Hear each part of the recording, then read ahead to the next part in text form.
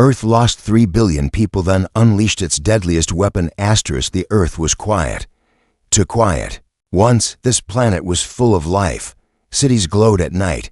Children laughed in parks. Airplanes painted lines across the sky. But now, there was nothing. No movement. No sound. Only cold wind moving through broken glass and empty homes. 3 billion people were dead. It started with the sky turning red. Then came the plague, alien. Fast and cruel. Hospitals overflowed. Cities collapsed. Governments fell. People prayed, ran, or fought. But it didn't matter. The aliens, the Vorok, didn't come to talk. They came to take. They spread the plague from their black ships, floating high above the earth. Those who didn't die from the disease were hunted down. The Vorok ruled the skies now. Humans hid underground, in caves, in sewers, wherever they could. But not all hope was lost. Beneath the rocky hills of what used to be northern Canada, there was a place called Site 13. It was an old military base forgotten by most. But it still had power. It still had lights. And inside it, something was sleeping. A young soldier named Ellen Riker was one of the last to arrive at Site 13 before the fall. She was barely 23, smart, quiet, and always alert. Her parents died in the first wave. Her brother was taken by the plague. She had no one left, only duty. Ellen walked the steel halls of Site 13 with her rifle always ready. Most of the base was empty, just cold rooms and blinking lights. But the core of Site 13 was locked. No one had the codes. Until now, one night, while checking the control center, Ellen saw something strange. The main screen flickered. A message appeared. She froze. Her heart pounded. She had only heard whispers of the monster program, top secret, dangerous, and canceled. Years ago, no one knew what it really was. Some said it was a weapon. Others believed it was too powerful to control. Then the lights changed. A red warning siren flashed through the hallway. But there was no sound. The base was on silent mode. No alarms, only red lights blinking like a heartbeat. Ellen grabbed her rifle and followed the light deeper into the base. Steel doors, untouched for decades, slid open for her. Cold air rushed out. Dry and heavy like a tomb, she stepped into a giant chamber. There were 7 large capsules lined against the wall. Thick glass, metal frames, green mist inside, and inside each capsule, something was sleeping. Something big, something human but not. She walked closer to one of them.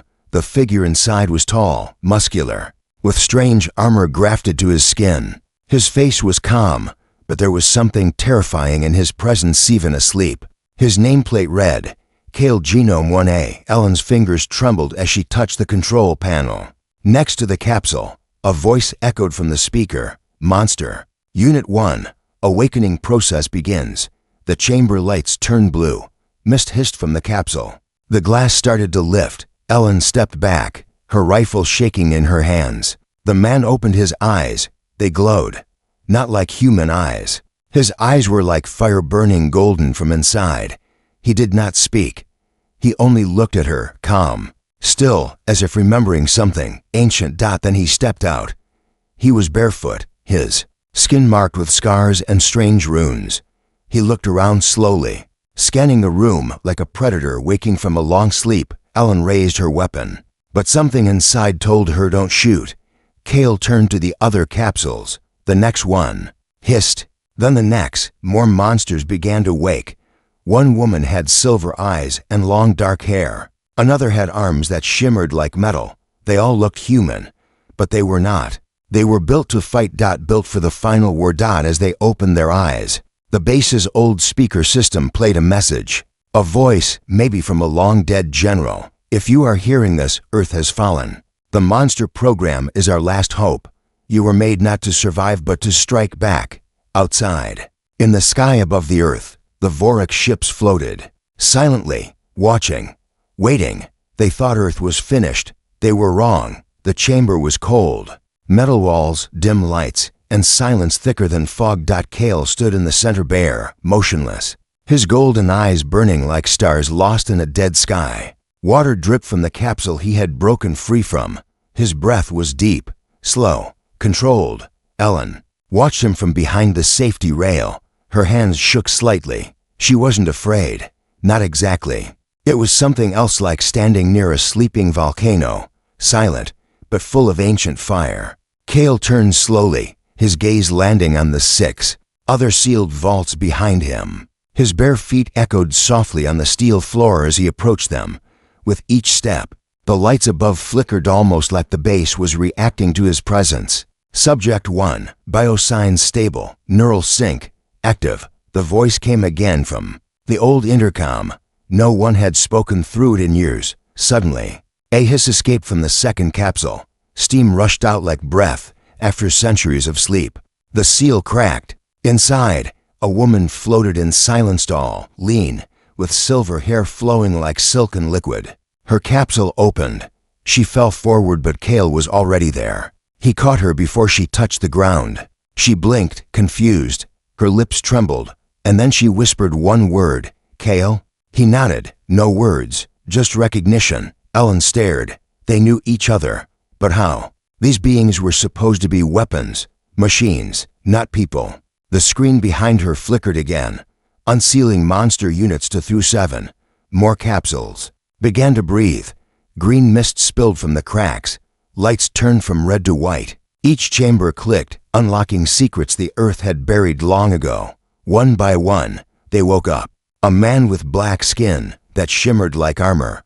A young boy barely 17, but his eyes were ancient. A woman with jagged scars over her face and lightning in her veins. Another, quiet, who never opened his eyes, but his heartbeat shook the ground. They stood together now, tall, silent, unbroken. Ellen stepped forward. Her voice finally broke the silence. What are you?" The woman with silver hair turned to her. "We were created to stop the end of the world, but we were locked away because the world was afraid of how we'd do it." Ellen swallowed. "The Vork, they've taken over. Billions are dead. We're hiding." Cale raised his head. His voice, deep and calm, finally spoke for the first time. "Then it's time they stop running." Far above Earth, in the black clouds of space, a Vork command ship picked up a signal. One of their patrol units near the Arctic Circle had gone silent. Commander Rax, a creature made of bone and smoke, tilted its head. A screen showed blurred video from a dying scout. A human, not just any human, ripping a Vork apart with his bare hands. Rax snarled, "Impossible. The humans are broken. This cannot be them." He slammed his claw down. "Send drones." Now, back on Earth, inside Site 13, the Awakened stood in formation. Cale looked at each one of them. No instructions, no orders. They simply knew what to do. Ellen spoke again. "Why were you called monsters, the youngest among them?" The boy with old eyes answered softly, "Because when humans fear something, they name it after their nightmares. But the Vorok, they will learn fear." Ellen looked at them, 7 beings not quite human, but not machines. Their skin was marked with Earth's languages, forgotten symbols, and war codes. They were alive, intelligent, dangerous, and angry. They had no homes, no past, no families left. But they had Earth, and Earth had just given them permission to fight. Outside Site 13, black clouds move unnaturally fast. Lightning cracks. A dark shape descends, an alien drone, sniffing for heat signatures. Cale walks calmly out into the open snow. The drone sees him. Too late. Cale lifts one hand. No weapon, just a pulse of raw energy from his palm. The drone explodes before it. "Can send a message home." The screen goes black. Then a final line appears in white. "Monsters awakened. War restarting." The snow outside Site 13 was untouched. No footprints, no sign of life, just white silence, stretching into the dark. But above, the sky wasn't silent anymore. A black object broke through the clouds, round, metallic, and alive. A Vorok sentinel. Probe, fast, sharp, cold. It had one job: find survivors. End them. No mercy, no mistakes, no second chances. Inside the control room of Site 13, Ellen watched the drone land. Her hands clenched the edge of the console. "It found us," she whispered. Cale stood beside her, motionless. Around him, the others, the monsters, watched the screen. They weren't surprised. They were waiting. The silver-haired woman, Sira, turned to Kale. You want me to go? Kale shook his head once. I'll do it. He walked toward the exit gate, bare-chested in the cold. His skin didn't shiver. His breath didn't fog. He was something beyond human now. Ellen opened the gate. Wait, take a weapon. Kale looked back. I am the weapon. Then he disappeared into the snow. The drone moved low, scanning the white land. It picked up a thermal signature. One life form. A lone dot. It zoomed closer, ready to fire. Then it stopped. The figure wasn't running, wasn't hiding, was just standing, still in the snow, looking straight at it.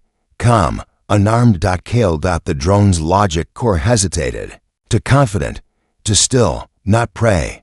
A threat. It fired. A streak of plasma ripped through the air, hot, fast, deadly. But Kale was gone, not dead, not hit, just gone. He moved faster than the drone could track. A blur in the wind, a fist through steel. One hit, that's all it took. The drone dropped, split in half, wires sparking, eyes flickering. Kale stood over it, silent, watching it die. Back at Site 13. The monsters watched the monitor as the screen flashed. Signal lost. Sentinel destroyed. Ellen blinked in shock. He didn't even dodge. He moved before it fired. Sira smiled. Kale doesn't fight to survive. He fights to end. Above Earth, inside a Vorok warship, the alien commanders watched the same signal blink red. Commander. Rax leaned in. Destroyed. By one, his second-in-command hissed. Impossible. Human weapons are primitive. Their soldiers weak. Rax narrowed his black eyes. Then what destroyed our drone? No one answered.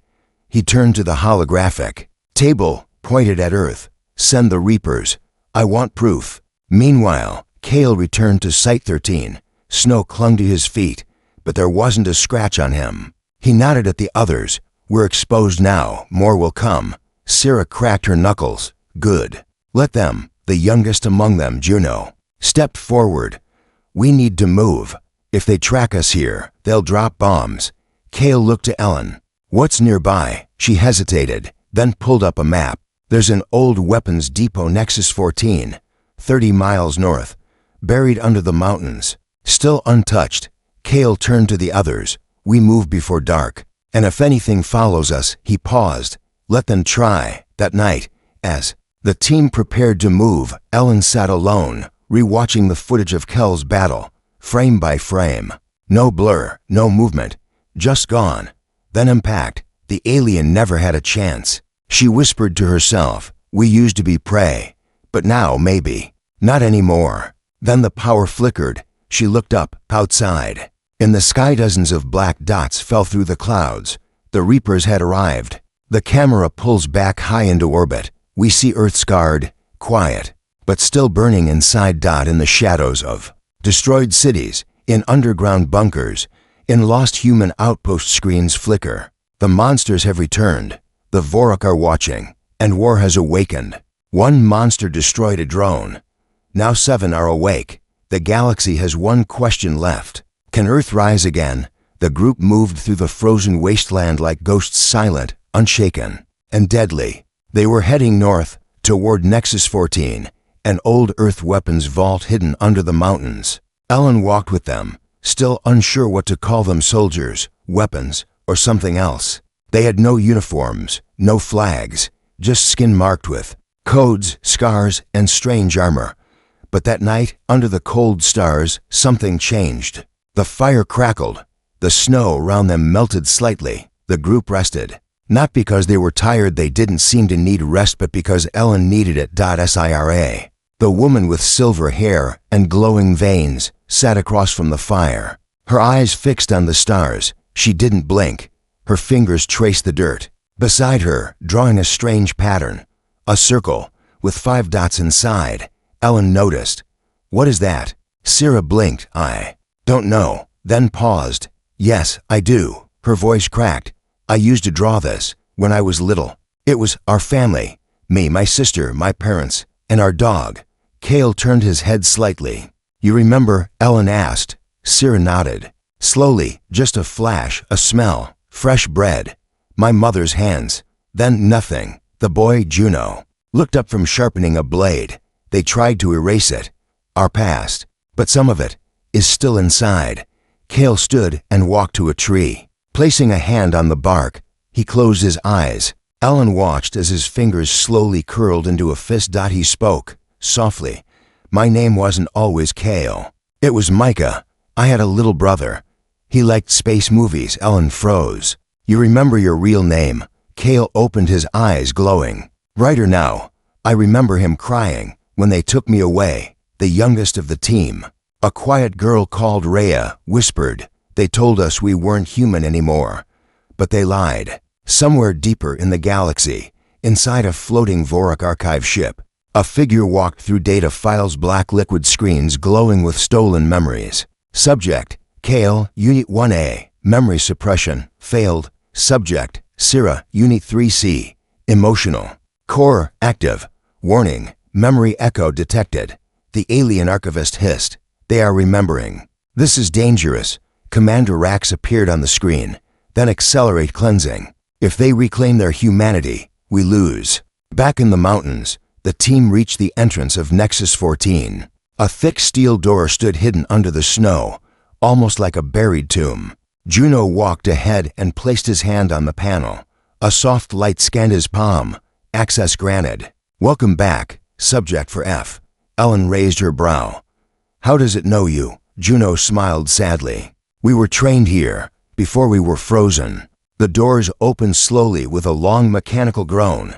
Inside, darkness, rows of weapons, armored suits, tech from before the fall, and a wall of faces. Old photos, scientists, engineers, soldiers. Cale stepped forward and stared at one photo. A woman with kind eyes and tired hands. He didn't speak.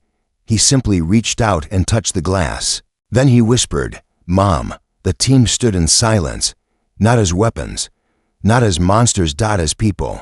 Forgotten, changed, but still human. Ellen watched them. Her eyes burned with emotion. These weren't killing machines. They were survivors. Children turned into weapons. Victims, just like everyone else.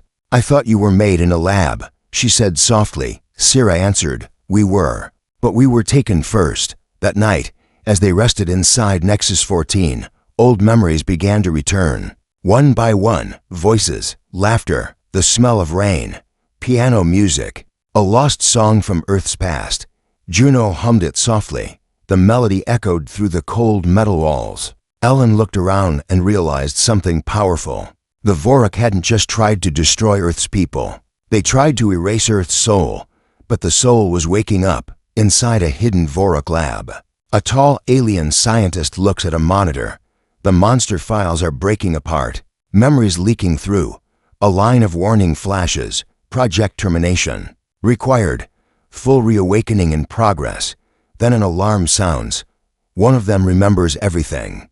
In the deepest part of space, inside a cold, floating station called Thaurak, the Vorak leaders met. 12 commanders, ancient and proud, surrounded a glowing table made of living metal. Each one had ruled a sector since Earth's fall. They believed the humans were finished, broken, buried, forgotten. Until now. A trembling drone entered the chamber. It projected a recording, a human with glowing eyes, punching through a war drone, another turning invisible, a third absorbing plasma fire without burning. The room went quiet. Then, a low growl echoed. What is this? Barked General Victor, his fangs clicking. A voice answered from the shadows, cold, calm, and logical. It was Archivist Venro, the keeper of human war records. They are called the Monsters. Project Earth's Teeth. Cancelled 27 cycles ago. We believed them destroyed. And now, demanded Victor. Venro tilted his head. Now, they are operational and growing stronger. On Earth, inside the mountain base Nexus 14, Cale and his team explored the Forgotten Weapons Vault. Ellen stood near a dusty terminal, watching Cale load what looked like a plasma blade into a bracer on his forearm. Syrah pulled a metal cube from a locker. It flickered to life, showing schematics of Vorak ships' locations, weaknesses, energy cores. This vault wasn't just for weapons, she said. It was a planning center. Someone knew this day would come. Rhea, the quietest among them, tapped on a console. Her eyes lit up. Old satellites still orbit Earth. Some military, some civilian, all offline. Kale stepped beside her. Can we use them? She nodded. I can turn them into eyes. Or into fire. In orbit, several abandoned satellites blinked for the first time in years. One moved. Then another. They began to realign. Across space, signals spread encrypted, Earth-born and fast. Every outpost, every moon base, every listening station that once belonged to Earth's allies heard one message. We are alive. Earth breathes. Prepare for war. In a trade station near the star system Rydal 9, a retired human commander named Jace Malin listened to the signal. His hands trembled. Impossible. He whispered. They said Earth was lost. Behind him, an alien merchant laughed nervously. You humans always rise too late. Jace stood. This time, we rise ready. Back at Thalrek, the Vorik High Council erupted into argument. We should destroy the planet now. We already tried. Their underground cities are shielded. Send more troops. What if they wake more monsters? Venro slammed a claw into the table. You do not understand. These are not soldiers. They are evolution. They are rage-wearing skin. Then what do we do? Whispered one general. Venro's eyes narrowed. We remember Earth's mistake and prepare for our own extinction. Meanwhile, Kale and the others launched their first mission strike and vanish. A hidden Vorik-fueled depot near South America exploded in fire. Then a command post in orbit lost control. One by one, key systems of Vorik control on Earth began to fail, and no one saw the attackers. Only red marks carved into metal walls. For Earth, Ellen watched the map on the console. Red X appeared each one a destroyed enemy post. She turned to Kale. The galaxy is watching. Kale nodded, then let them see. Inside a prison moon far from Earth, a group of enslaved humans heard the signal. An old man whispered to a child beside him. Do you hear that? That's home. That's Earth calling us back. The child looked up. What does it mean? The old man smiled. It means the monsters woke up, and they're coming for revenge. The Orion Gate hung in space, like a crown made of steel and darkness. A massive ring station 40 kilometers wide rested at the edge of a wormhole corridor, used to control galactic trade, movement, and war routes. It was the Vorik's pride, their fortress, their leash on every planet. No ship passed without their approval. No planet rebelled while the gate stood. Until now. Inside one of the outer docks, a Vorik commander sipped from a glowing crystal. Alarms were low. Guards relaxed. Traffic slowed. Suddenly, the station shook. Just once. Just enough to stop conversations. To make claws tighten around weapons. Then came the silence. Dead silence. Until the screaming started. Hours earlier, aboard a stolen transport ship coded as cargo salvage. Kale and his team hid inside metal crates.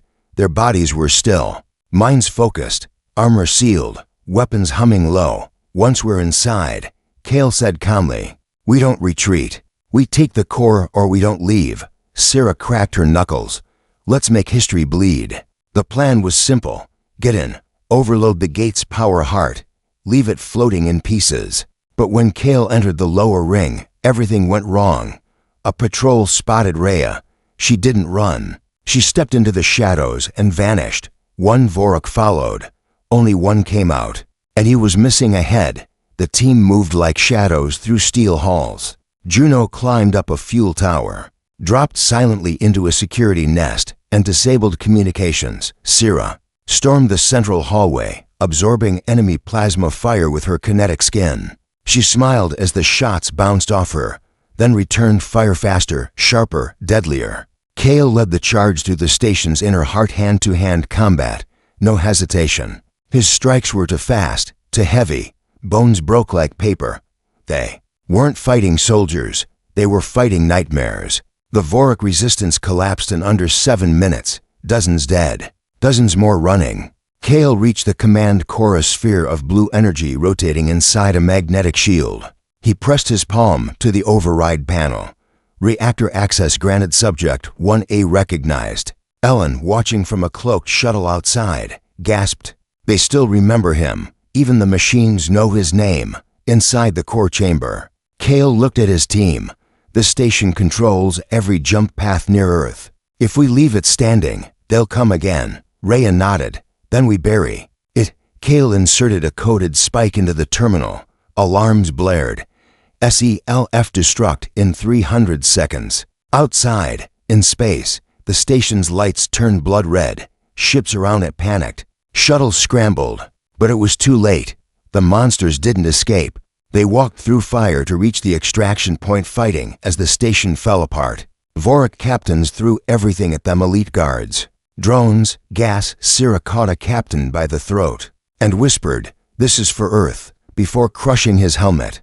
Juno disabled the emergency gates and rerouted all power to the blast core. Kale was the last to leave. Ellen counted the seconds. Come on, come on. At 12 seconds remaining, the station burst open like a cracked egg. A wave of red light swept space. The Orion Gate, the strongest structure the Vorak had ever built, broke into a billion burning shards. The monsters shot out in an escape pod, bruised, burned, but alive. The entire galaxy saw it. News spread fast. On trade ships, in prison colonies, across military outposts, the Orion Gate has fallen. The humans did it. Earth's monsters are real. Back in the deep void of Vorak space, the High Council watched the footage in stunned silence. One general whispered, "It took us 20 years to build that gate." Venro stood slowly. "They destroyed it in 20 minutes. Victor slammed his fist into the floor. "This is no longer a war. This is a reckoning." Kale stood in the drop bay of the stolen shuttle, breathing in silence. He looked at the stars, then at Earth, still distant, still healing. One gate down. He whispered, "Now we break the chain around her neck." High above the clouds, a storm began to form, natural, silent, and full of static. The winds changed direction. Satellites blinked out. Birds vanished. Something was waking beneath the Arctic ice. Deep below frozen Earth, inside a sealed black vault marked Project King, ancient machinery hissed back to life. A voice echoed through the empty halls, soft and cold. Heartbeat detected. Subject 0. Alive.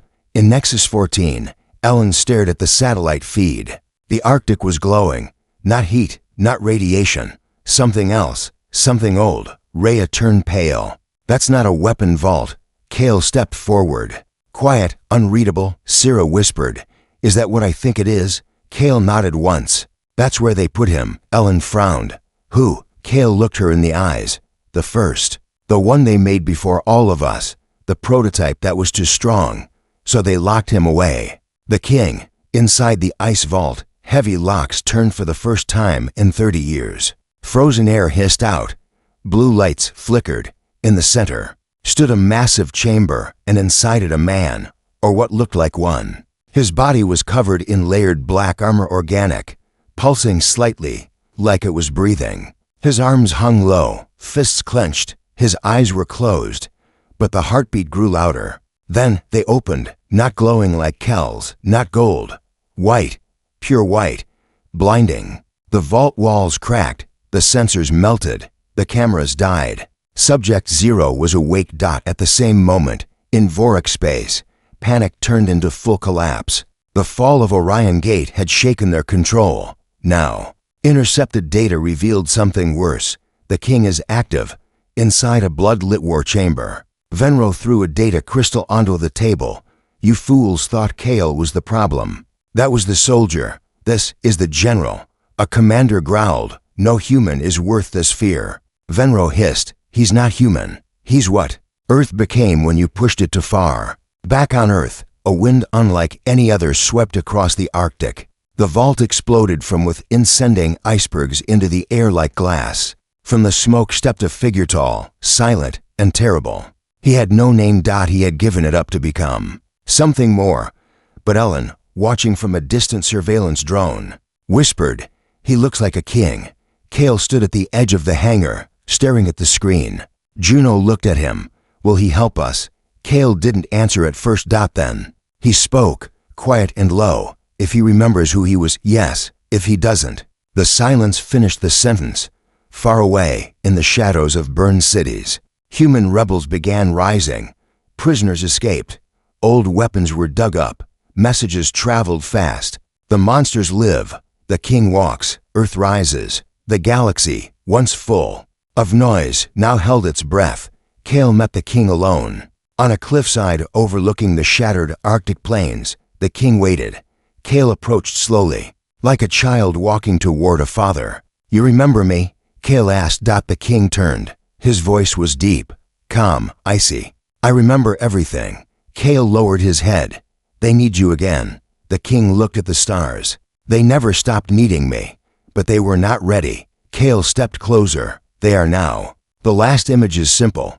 The king walks toward a human banner rising in the ashes. Behind him, Kale, Sira, Rhea, Juno, Earth's monsters, no longer hiding. Above them, a fleet of Vorok warships descends. The king lifts one hand. The sky splits. In two, they killed billions. They burned our cities. They broke our world. But Earth remembered. And when Earth remembers, it strikes back.